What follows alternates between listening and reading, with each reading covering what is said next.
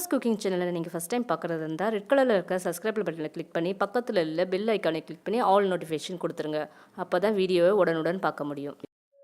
Welcome back to Nivas cooking. இன்றைக்கி நம்ம பார்க்க போகிறது தயிர் வடை. தயிர் வடை எப்படி செய்யலாம்னு சொல்லிட்டு வீடியோக்குள்ளே போய் பார்க்கலாம் வாங்க.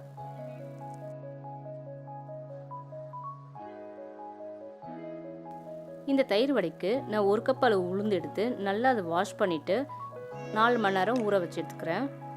பாருங்கள், இது நல்லா ஊறி இருக்குது. இந்த மாதிரி ஊறினதுக்கப்புறமா இதை நம்ம மிக்சியில் போட்டு இப்போ அரைச்சி எடுத்துக்கலாம். ஊற வச்ச உளுந்தை மிக்சியில் போட்டுக்கலாம். இப்போ இதில் கொஞ்சம் கொஞ்சமாக தண்ணி தெளித்து நம்ம அரைச்சி எடுத்துக்கலாம். மாவு நல்லா அரைஞ்சிருக்கு. இந்த பக்குவத்தில் இருக்கணும் மாவு. பாருங்கள், இந்த மாதிரி நல்லா மாவு சாஃப்டாக இருக்குது பாருங்கள். இப்போ இதை ஒரு பவுலுக்கு மாற்றிடலாம்.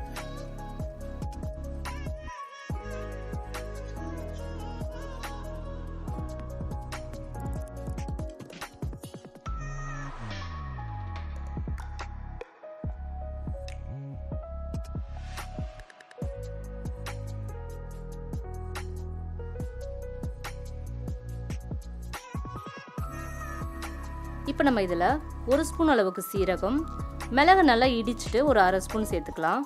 பாருங்கள், இது மாதிரி இடிச்சுட்டு சேர்த்துக்குங்க. பொடியாக கட் பண்ண பச்சை மிளகா 1 ஸ்பூன், இஞ்சி 1 ஸ்பூன், கருவேப்பிலை கொத்தமல்லி பொடி பண்ணி இதில் கலந்துக்கலாம். இதுக்கு தேவையான உப்பு சேர்த்து இப்போ நம்ம நல்லா கிளறி வச்சுக்கலாம். இதை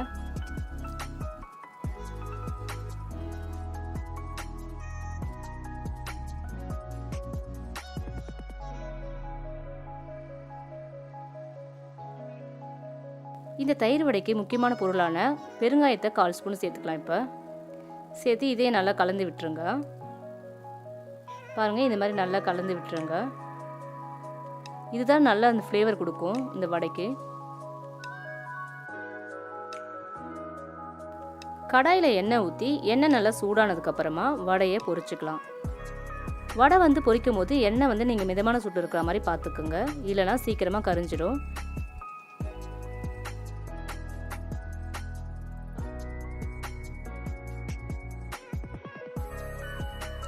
பாருங்கள், இப்போ நல்லா வடை வெந்திருக்கு. இதை நம்ம திருப்பி போட்டுக்கலாம்.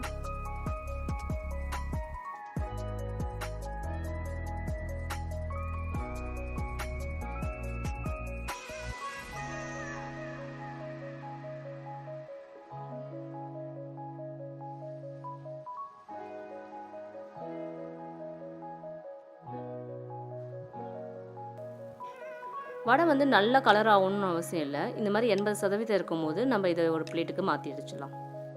பாருங்கள், வடை நல்லா அழகாக வெந்து வந்திருக்கு. இதை ஒரு பிளேட்டுக்கு மாற்றிடலாம்.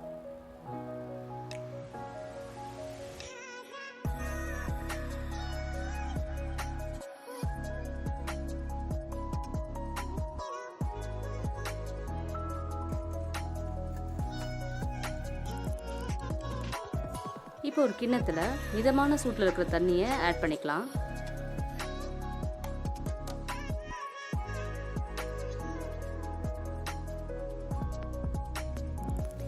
இப்போ இந்த தண்ணியில் நம்ம வடையை ஒரு 10 நிமிஷம் ஊற வச்சுக்கலாம். அப்போ தான் வடை நல்லா சாஃப்டாக வரும். பாருங்கள், இந்த மாதிரி வடையை சேர்த்து ஊற வச்சுக்கலாம்.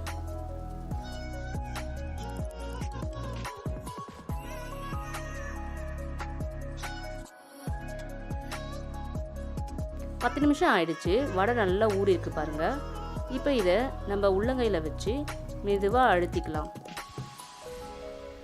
வடை உடையாமல் அழுத்தி எடுத்துக்குங்க. தண்ணி அதில் இருக்கிற தண்ணிலாம் வந்துடும்.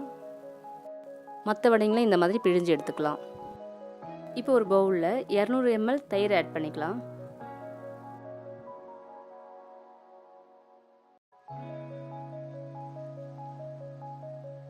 தயிர் புளிப்பு இல்லாமல் பார்த்துக்குங்க. இதில் 1/4 ஸ்பூன் அளவு உப்பு சேர்த்துக்கலாம்.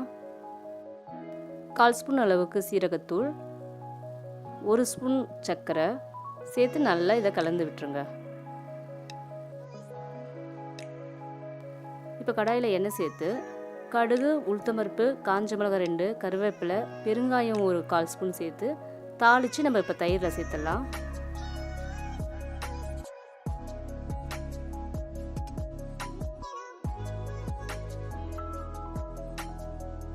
இப்போ இதை நல்லா கலந்து விட்டுக்குங்க. இந்த கலவையை வந்து நம்ம ஏற்கனவே வடை வச்சுருந்தோம் இல்லையா, இந்த வடை மேலே ஊற்றி நல்லா ஊற வச்சுக்கணும். பாருங்கள், இந்த மாதிரி வடை மேலே ஊற்றிடுங்க. தயிரில் நல்லா வடை ஊறணும், அப்போ தான் சாப்பிட நல்லாயிருக்கும்.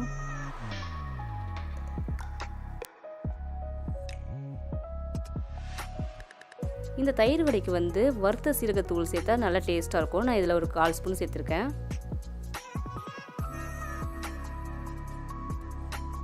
இப்போ இதில் நறுக்கின கருவேப்பிலை கொத்தமல்லியை தூவிக்கலாம்.